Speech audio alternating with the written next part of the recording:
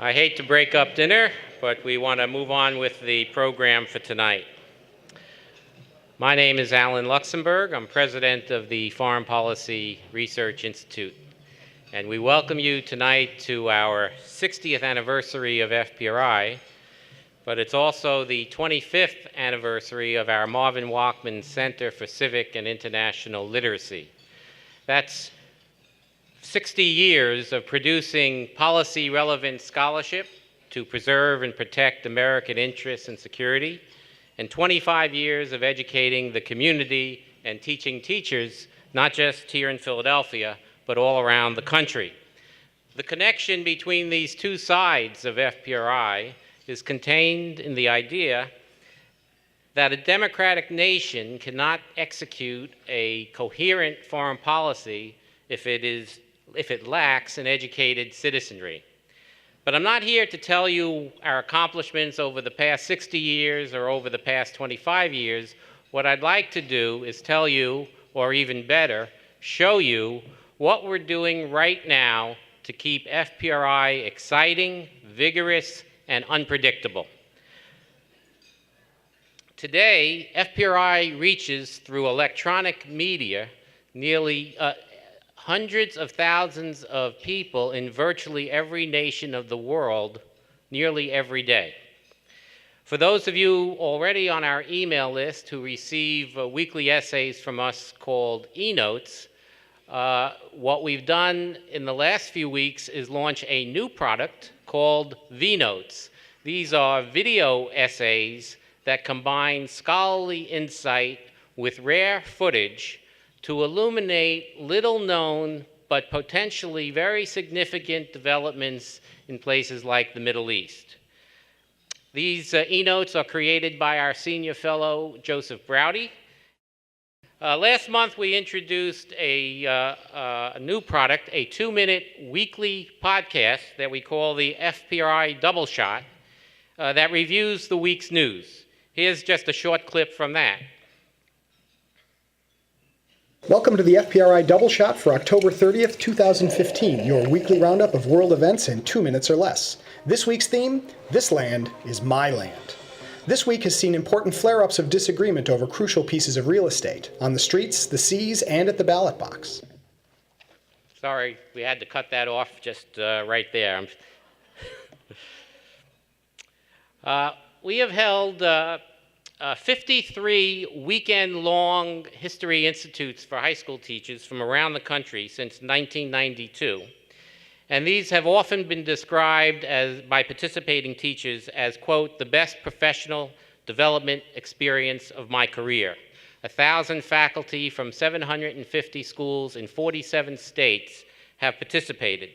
This summer, for the first time, we held a week-long program, and we held it outside the United States, bringing 28 high school teachers to South Korea for a week of immersion in the history and culture of Korea.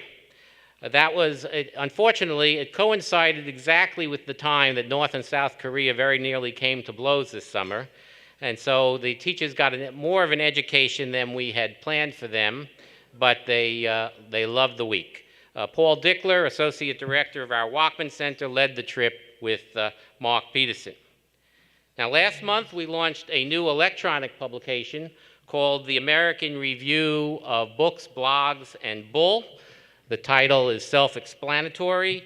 The editor, Ron Graneri, is the popular host of our monthly interactive program, Geopolitics with Graneri, and the voice behind Double Shot.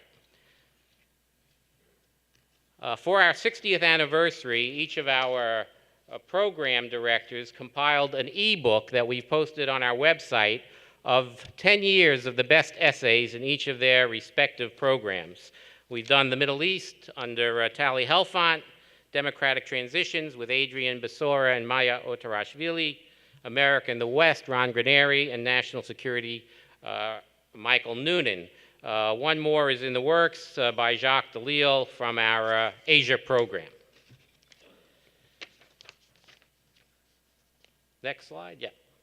The Fox Fellows program, this is not to be confused with the Fox News Fellows program. This is the Robert Fox Fellows.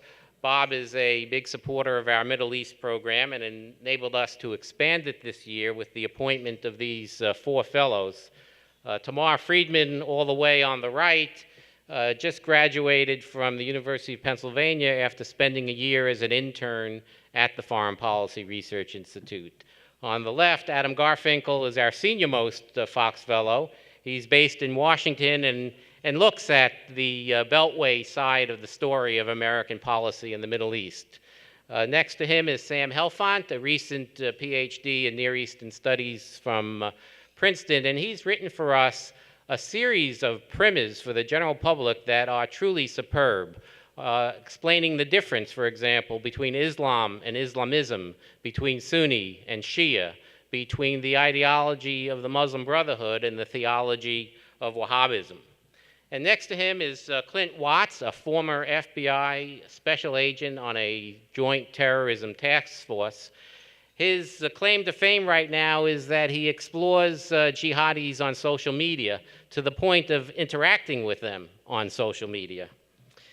Now we come to another dimension of FPRI activity, of new activity, which are infographics. Of course, graphics we find on social media to be the most popular items that people come to on the web and on social media, and infographics convey a lot of information in a very small space, and interactive infographics, where if you click on one point, you get to one side, if you click on another point, you get to another, are truly very effective educational devices.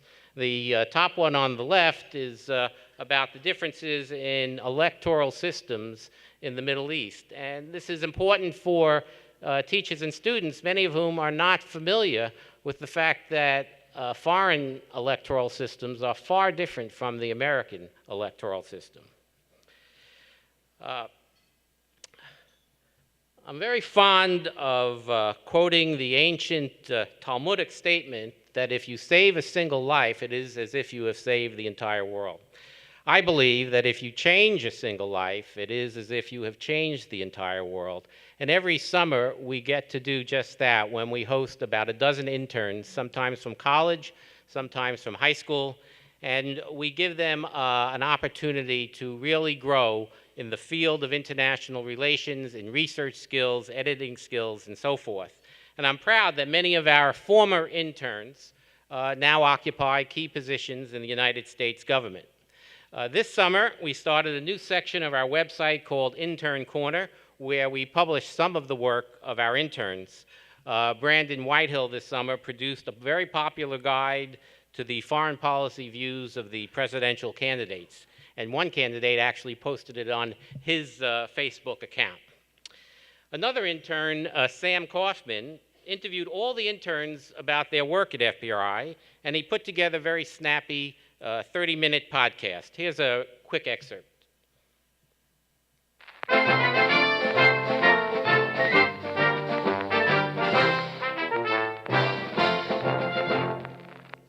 Hello, and welcome to the Summer Sessions, a podcast designed to capture the experience of interning here at the Foreign Policy Research Institute in Philadelphia.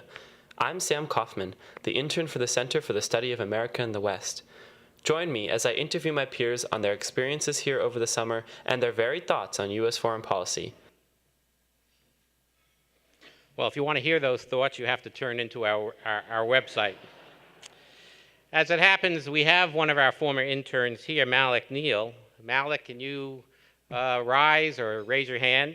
Malik was a student at West Catholic High School when he interned at FPRI. And he recently returned to the United States after spending a year or more in Sri Lanka as a Fulbright Fellow.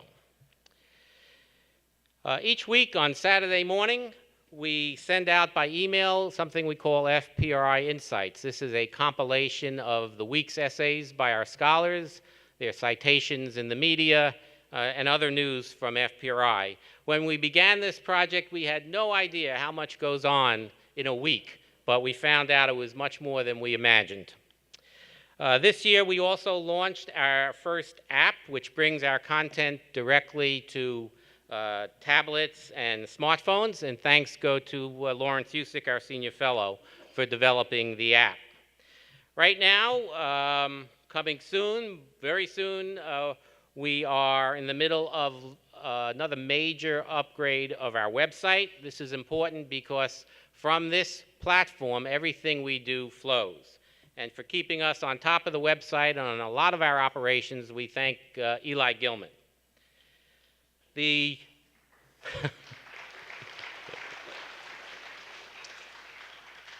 Also coming up is a new project on Eurasia. The prospect of protracted confrontation between Russia and the West has placed Europe's borderlands at or near the top of the strategic agenda. Fortunately, there's a lot of competition to be at the top of the strategic agenda. But as a result, we're kicking off this program on Eurasia with particular attention to the borderlands, Europe's borderland states, and a particular emphasis on the Baltic states, Latvia, Lithuania, and Estonia. And our plan is to expand knowledge about these states among both our policymakers and the general public, and to offer a platform for scholars and think tanks in those regions. This effort is chaired by Ambassador Adrian Basora, John Haynes, and aided by our program manager, Maya Otarashvili, and Chris Miller, the editor-designate of our soon-to-be-launched Baltic Bulletin. I think because of all these outreach efforts that we do, I would say that FPRI has become a magnet for young, fresh talent, people who wish to make a mark and see FPRI as the right platform from which to do it. I wish I could take credit for all these programs, but it truly is the result of a creative interaction between our very engaged Board of Trustees and our young, energetic, and imaginative staff. We also benefit from the keen analytical mind of our finance director, Kali Bergwin. Finally, I want to thank Bob Friedman, our indefatigable chairman of the board. Bob, can you rise? Where are you? Okay. And I would like to ask all our trustees, fellows, staff, and interns to rise so that you can join me in thanking them.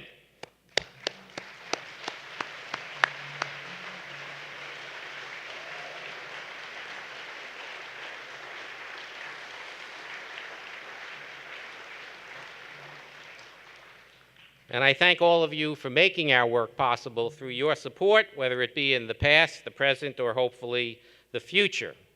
I especially want to remember the late Jack Templeton, not because he made possible so much of our work and so much of the work of our Templeton fellow Ed Trzanski, but because he was an inspiration and remains so today. Thank you for listening.